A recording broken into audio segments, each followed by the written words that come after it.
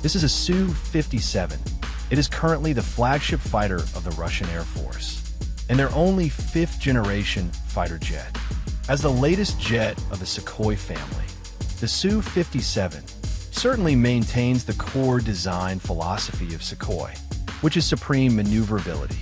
It's equipped with two Saturn Al-41 F1 afterburning turbofan engines. Each engine can produce over 15 tons of peak thrust. High maneuvers and aerobatics are nothing for the Su-57.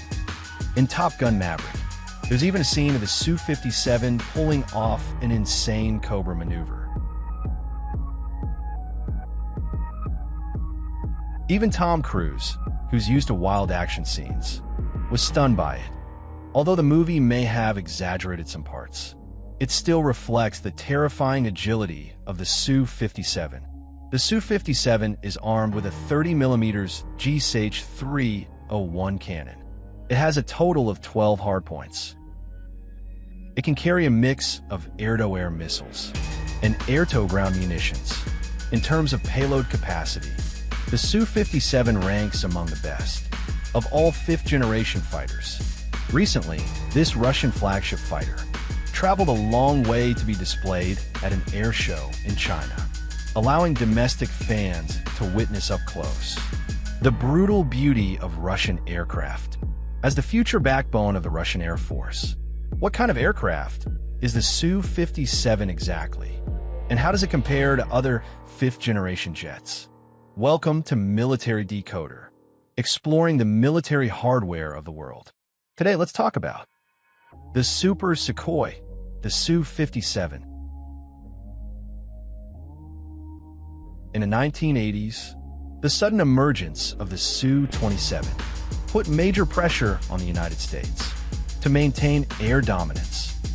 The US launched a next-generation fighter program in 1981, stealth, super cruise capability, and short takeoff distance. The aircraft that emerged from this program was the F-22 Raptor. At the same time, the Soviets were also busy. They too began working on a next-gen fighter. Two design concepts were proposed. One was the MiG-144, with a stealth-oriented layout.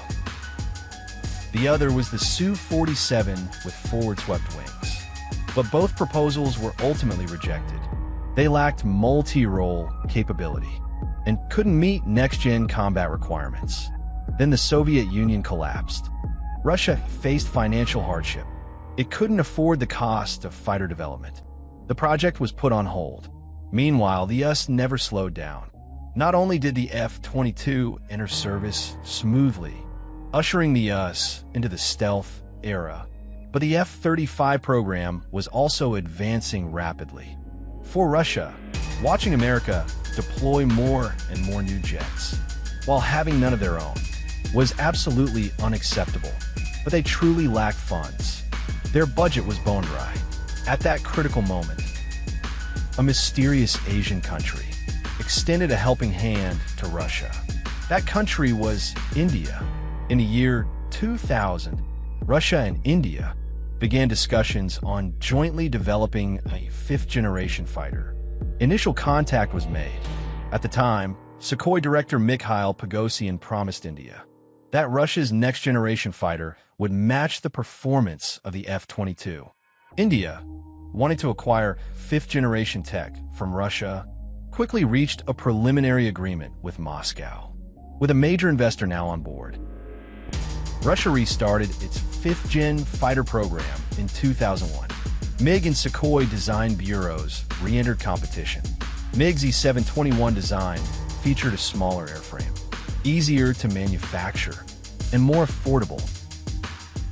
Its typical takeoff weight was about 17 tons. In contrast, Sukhoi's T-50 was significantly larger, and duplicate line ignored. It integrated more advanced technologies. Each proposal had its strengths, but Sukhoi had accumulated extensive experience through the Su-27 and its derivatives. And with the Su-27 series being widely exported, Sukhoi had a much stronger financial position. As a result, they defeated MiG and won the development contract. Afterward, the Russian Air Force gave the T-50 its official designation, the Su-57. From then on, the project entered a long RD phase. During this time, the Su-57 was seen only in blog rumors and occasional news clips. Progress was not smooth. The program faced repeated delays. Its maiden flight was originally scheduled for 2007, but was postponed due to unspecified technical issues. 2 years later, the Russian Air Force publicly admitted that engine issues with the Su-57 remained unresolved. That's because Russia began developing the airframe before having a compatible engine ready. Starting aircraft design without a finished engine is not necessarily a problem. Many successful jets were developed under similar conditions, without an engine finalized at the start. The Rafale and others, for example. But those programs quickly integrated new engines after initial tests. Su-57, however, was not as fortunate. Its dedicated engine wouldn't begin production until 2024. Until then, all Su-57s were fitted with modified versions of the Su-35's engine, the L-41F1. While a good engine, compatibility matters more. The Su-57 wasn't originally designed to house this engine. The L-41F1 was too large, making proper installation difficult. Just solving the engine fit issues took a great deal of time. And because the engine couldn't be perfectly integrated, the Su-57's round nozzles remained fully exposed outside the fuselage, hurting radar stealth and infrared signature. This significantly compromised its stealth capabilities, especially in IR detection. From December 2023 onward, all newly delivered Su-57s would be equipped with the L-51F1 engine. The new engine improves performance, reliability, and cost efficiency. It also features serrated nozzles similar to the F-35, enabling the Su-57 to supercruise without afterburners, while reducing radar and IR signature. This greatly enhances its overall stealth performance. Returning to the Su-57's development process. After more than 10 years of evolution, the Su-57 made its public debut in 2010. Under the control of test pilot Sergei Bogdan, it completed its maiden flight. Yes, that's the now famous Bogdan, the Russian pilot who flew the Su-57 solo to China for the air show. At Zhuhai, he put on an impressive display. The Su-57's agility left Chinese aviation fans in awe. Of course, besides the Su-57, China's own stealth fighter, the J-35, was also unveiled. Its debut marked another major step in China's stealth development. Chris couldn't witness the J-35 in person at Zhuhai, but after its successful maiden flight, Western media went into a frenzy. They all started debating. Was the Su-57 just a weaker copy of the F-22? But interestingly, they label almost every 5th-gen jet as a knockoff of the F-22. Objectively speaking, the F-22, as the first 5th-gen fighter in the world, did set the tone for future aircraft development. But in terms of design, the Su-57 and F-22 aren't that alike. From a top view, the Su-57's wing layout may look similar to the F-22's, but beyond that, they diverge significantly. From the side, the Su-57 uses pod engine nacelles, inherited from a flanker series, but due to the wide spacing of the engines, the underbelly is not flat, which undoubtedly compromises stealth. From the front, the Su-57 features 2 outward-canted vertical stabilizers, mounted further forward. These are fully movable control surfaces. In that regard, it actually resembles the YF-23 more than the F-22. The YF-23 was the other 5th-gen competitor to the F-22. In terms of aerodynamics, the Su-57's most distinct feature is its movable lurks extensions. This is an innovative design that shifts the center of lift forward, increasing aerodynamic instability, which boosts maneuverability. If you're unfamiliar with unstable designs, go watch our F-16 video. It explains in detail how instability can improve fighter maneuvering capability from an aerodynamic perspective. The Su-57 continues Sukhoi's legacy, emphasizing high speed and high agility at altitude, rather than sacrificing performance for stealth. This aligns with the Russian philosophy on fifth-gen fighters. In their view, even in modern air combat, speed and maneuverability are still paramount. Fighters should first and foremost perform well. Stealth is secondary. As far as I know, in terms of avionics, the Su-57 has seen a qualitative leap. At least it's no longer as outdated as older Soviet-era jets. It is equipped with the N-036 radar system, which consists of 5 individual radar arrays. First, the primary nose-mounted radar operating in this band is used for long-range target detection and engagement. Then, 2 radars on either side of the nose, also operating in this band, but with shorter range, mainly serve as side-looking radars that expand coverage to 270 degrees. Additionally, 2 radars are installed on the wings, operating in the band, used for IFF identification friend or foe and electronic warfare support. This system is integrated with 2 onboard computers, capable of detecting targets up to 400 kilometers away, tracking 30 airborne targets simultaneously, and engaging up to 8 of them at once. The Su-57's cockpit has completely moved away from the classic Soviet watch shop style. All flight data is displayed on 2 15-inch, multifunctional LCD screens, along with a wide-angle HUD. The pilot is also equipped with an advanced helmet. The helmet-mounted display system uses eye tracking to enhance the pilot's situational awareness and allows targeting during high off-precise maneuvers. The Su-57's avionics integrate all of Russia's most advanced electronic technologies, making it the smartest aircraft they've built to date. One of the most debated aspects of the Su-57 is undoubtedly its stealth design.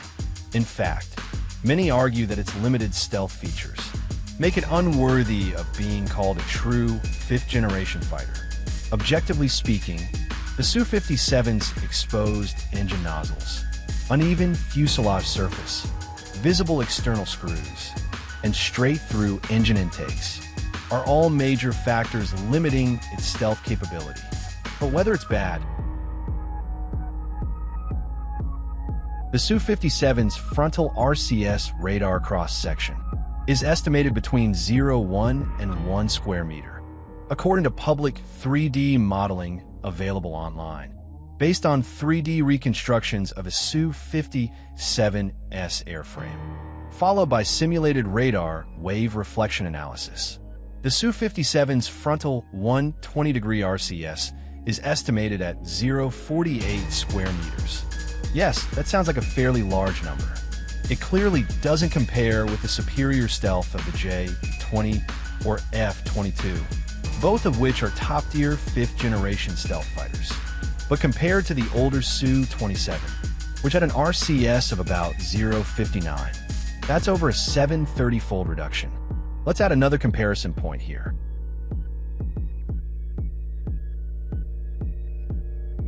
It's important to note, though, these are simulations based on the bare airframe alone, which means they don't factor in radar-absorbing materials RAM. According to published research on RAM, when the entire aircraft is coated with RAM, RCS can be reduced by up to 90. At present, according to Russian media reports, the Su-57 has RAM coating applied to its canopy, engine inlets, and several critical surfaces. Without a doubt, its actual frontal RCS is certainly lower than 0.48 square meters. It's also worth mentioning here the Su-57's unique camouflage paint scheme. The pixelated camouflage offers a degree of optical stealth It helps blur the aircraft's outline and allows it to better blend into the sky. While stealth may not be the Su-57's strongest suit, modern radars still struggle to detect objects with an RCS under 1 square meter. So regardless of criticism, the Su-57 can still be classified as a stealth fighter. Its radar stealth capability is far beyond what fourth-generation aircraft can offer. That wraps up the core of the Su-57's design. Next, let's turn to a brief side story: the tale of India and the Su-57. In the early stages of the Su-57 project, in order to secure adequate funding, the Russians painted a grand vision for the Indians. They claimed that if India joined the Su-57 program, Russia would make 45 exclusive modifications to the single-seat Su-57 based on Indian requirements. They even promised redesigned wings and control surfaces. And that's not all. India would also receive licensing rights to manufacture the Su-57 domestically.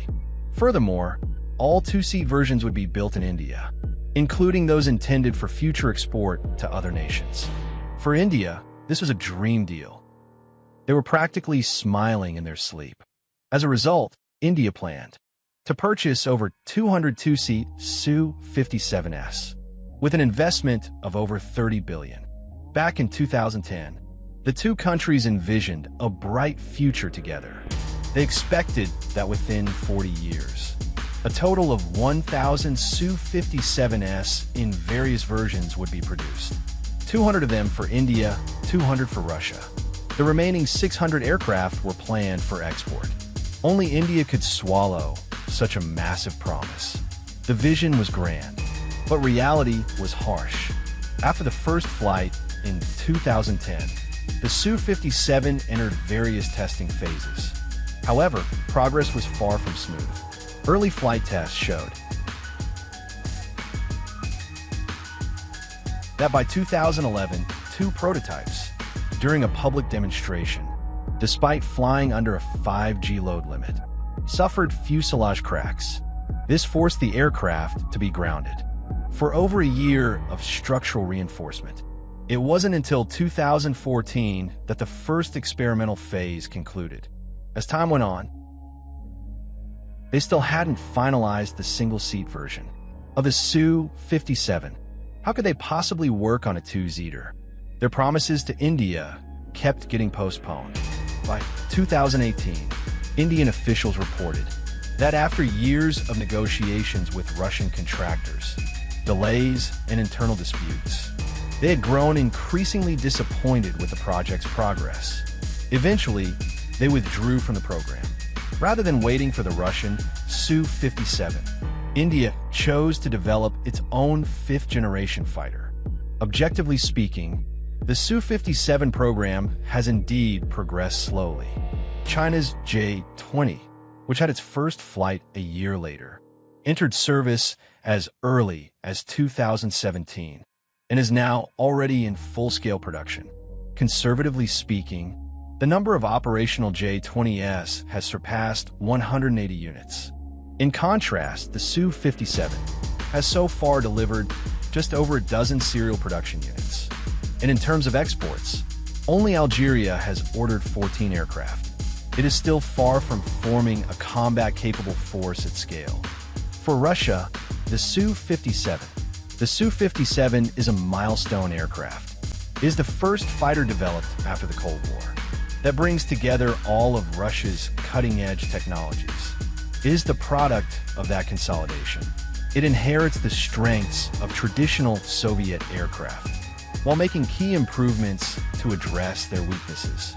It is a fifth-generation jet, designed entirely based on Russia's own understanding of modern aerial warfare. As serial production continues, and the Su-57 forms into a full-scale fighting force, it will become an air power NATO cannot afford to ignore. Okay, that wraps up this episode. If you enjoyed it, don't forget to like, comment, and subscribe. What other military tech do you want to see? Tell me in the comments below. We'll cover them one by one. See you in the next video.